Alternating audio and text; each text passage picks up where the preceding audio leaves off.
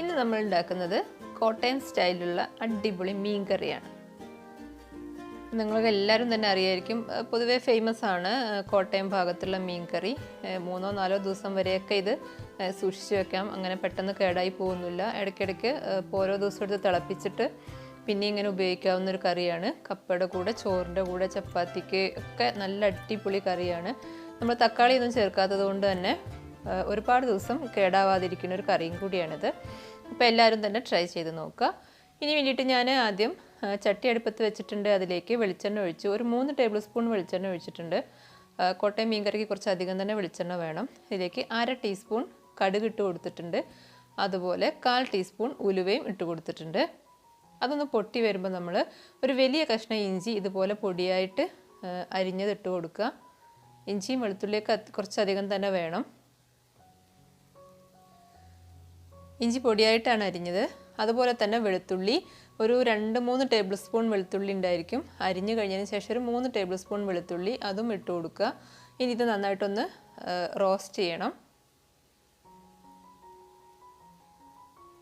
നന്നായിട്ടൊന്ന് വാടി വരുമ്പോൾ മാത്രം നമ്മൾ ചുവന്നുള്ളി അരിഞ്ഞത് ഇട്ട് കൊടുക്കുന്നുണ്ട്. സവാള എടുക്കരുത്. ചുവന്നുള്ളി വട്ടത്തിൽ അരിഞ്ഞത് ഏകദേശം ഒരു 10 എണ്ണം എടുത്തിട്ടുണ്ട് ഞാൻ. വലുതാണ്. വലിയ ഉള്ളിയാണെങ്കിൽ 10 എണ്ണം എടുത്തു. സവാള ഇട്ട് കൊടുക്കരുത്. വീണ്ടും പറയാണ്, ചുവന്നുള്ളിയായി മാത്രമേ ആ ടേസ്റ്റ് കിട്ടുള്ളൂ. ഇനി ഇത് നന്നായിട്ട് തന്നെ ഒന്ന് കളറൊക്കെ മാറത്തക്ക രീതിയിൽ, ബ്രൗൺ കളറൊക്കെ ആവത്തക്ക രീതിയിൽ നന്നായിട്ട് ഇളക്കി കൊടുക്കുക. എണ്ണയുടെ കാര്യത്തിൽ ഒട്ടും പിശുക്കണ്ട. എണ്ണ കുറച്ച് അധികം തന്നെ വേണ്ടൊരു മീൻ കറിയാണിത്.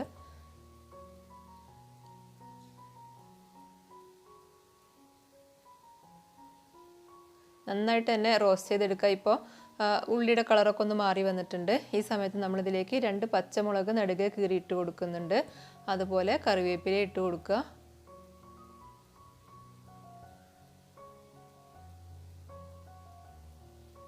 ഇതെല്ലാം ചേർത്തിട്ട് നന്നായിട്ട് ഒന്നുകൂടി വഴറ്റിയെടുക്കുക. ഉള്ളിയൊക്കെ നന്നായിട്ട് തന്നെ വെന്ത് വരണം. അപ്പോഴാണ് നന്നായിട്ട് റോസ്റ്റായി വരുമ്പോഴാണ് ഈ കറി ഒന്ന് തിക്കായിട്ട് കിട്ടുള്ളൂ നമുക്ക്. ഇനി നമ്മൾ ഇതിലേക്ക് വേണ്ട മസാലപ്പൊടികൾ ചേർത്ത് കൊടുക്കുകയാണ്. മുളക് പൊടി ഒരു 3 ടീസ്പൂൺ ചേർത്ത് കൊടുക്കുന്നുണ്ട്. ഓരോരുത്തരുടെ ഇഷ്ടമാണ്, പക്ഷേ അത്യാവശ്യം സ്പൈസി ആയിട്ടുള്ളൊരു കറിയാണ് കോട്ടയം സ്റ്റൈൽ മീൻ കറി. ഇതിലേക്ക് 1/4 ടീസ്പൂൺ മഞ്ഞൾപ്പൊടി ഇട്ട് കൊടുക്കുന്നുണ്ട്. മുളക് പൊടി കൂടുതൽ വേണമെന്നുള്ളവർക്ക് വീണ്ടും ഇടാം. സാധാ മുളക് പൊടിയാണ് ഞാൻ ഇട്ടത്. 3 ടീസ്പൂൺ ഇട്ട് കൊടുത്തു. ഇനി നന്നായിട്ടൊന്ന് വഴറ്റിയെടുക്കുക.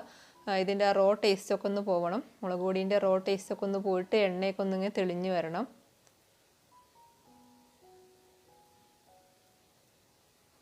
ഇതിലേക്ക് നമ്മൾ കൊടംപുളി വെള്ളത്തിലിട്ട് വെച്ചത് ഇട്ട് കൊടുക്കുകയാണ്. 2 പീസ് കൊടംപുളിയാണ് ഞാൻ എടുത്തിട്ടുള്ളത്. അത് നേരത്തെ തന്നെ വെള്ളത്തിലിട്ട് വെച്ചിരുന്നതാണ്. അപ്പോൾ ആ വെള്ളത്തോടെ അങ്ങ് ഒഴിച്ചു കൊടുത്താൽ പുളി പെട്ടെന്ന് ഇറങ്ങി കിട്ടാൻ നല്ലതാണ്. ആവശ്യത്തിനുള്ള വെള്ളം ഒഴിക്കുക. നമ്മൾ ഗ്രേവി എത്ര വേണം എന്നുള്ളതിനനുസരിച്ച് വെള്ളം ഒഴിച്ചു കൊടുക്കുക. ഇനി കറി നന്നായിട്ടൊന്ന് തിളച്ച് വരണം. പാകത്തിനുള്ള ഉപ്പിട്ട് കൊടുത്തു. ഉപ്പ് നമ്മൾ ഇതുവരെ ചേർത്തിട്ടില്ല, ഇപ്പോഴാണ് ഉപ്പ് ചേർക്കുന്നത്. ഇത് നന്നായിട്ട് തിളച്ച് വന്നിട്ടുണ്ട്. ഇനിയാണ് നമ്മൾ മീൻ ഇട്ട് കൊടുക്കേണ്ടത്. ഏത് മീനായാലും കുഴപ്പമില്ല. ഞാനിപ്പോൾ ഇവിടെ ചെറിയ പീസസ് ആയിട്ട് വാങ്ങിയ മീനാണ് ഇടുന്നത്. ഇപ്പോൾ മത്തിയോ അയിലയോ ഏത് മീനായാലും കുഴപ്പമില്ല. അയിലയൊക്കെ നല്ല ടേസ്റ്റ് ആയിരിക്കും ഇങ്ങനെ വെച്ചാൽ. അപ്പോൾ മീൻ കഷ്ണങ്ങൾ ഇട്ട് കൊടുക്കുകയാണ്.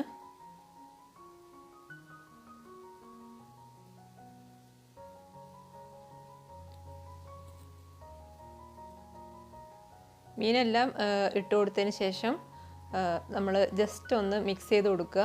മീൻ കഷ്ണങ്ങളെല്ലാം ഈ ഗ്രേവിയിൽ നന്നായിട്ട് മുങ്ങി കിടക്കുന്ന പരുവത്തിൽ ആണ് ഉണ്ടാവേണ്ടത്.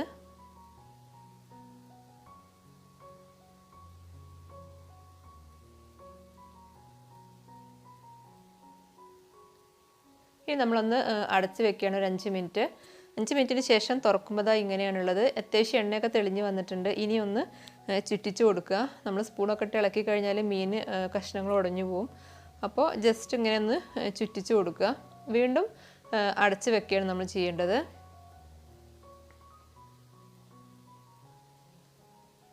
കുറച്ചധികം സമയം തന്നെ ഈ ഗ്രേവിയിൽ കിടന്ന് തിളയ്ക്കണം. മീൻ പെട്ടെന്ന് വേവും, 5 മിനിറ്റ് കൊണ്ട് തന്നെ വേവും. എന്നാൽ പോലും ലോ ഫ്ലെയിമിലിട്ടിട്ട് ഇങ്ങനെ തിളയ്ക്കണം. അപ്പോഴാണ് ശരിക്കും ഈ കഷ്ണങ്ങളിലേക്കൊക്കെ ഈ മസാല പിടിക്കുകയുള്ളൂ. വീണ്ടും അതുപോലെ തന്നെ നമ്മൾ സ്പൂണൊന്നും ഇട്ട് ഇളക്കാതെ ഇതുപോലെ ഒന്ന് ചുറ്റിച്ച് കൊടുക്കുന്നുണ്ട്.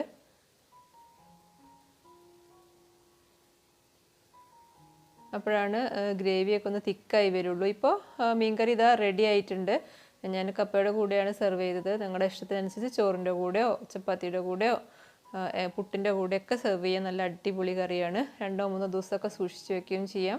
നല്ല സ്പൈസിയാണ്. മാത്രമല്ല നമ്മൾ മല്ലിപ്പൊടിയൊന്നും ഇതിൽ ചേർക്കുന്നില്ല. മല്ലിപ്പൊടിയോ അല്ലെങ്കിൽ തക്കാളിയോ ഒന്നും ചേർക്കുന്നില്ല.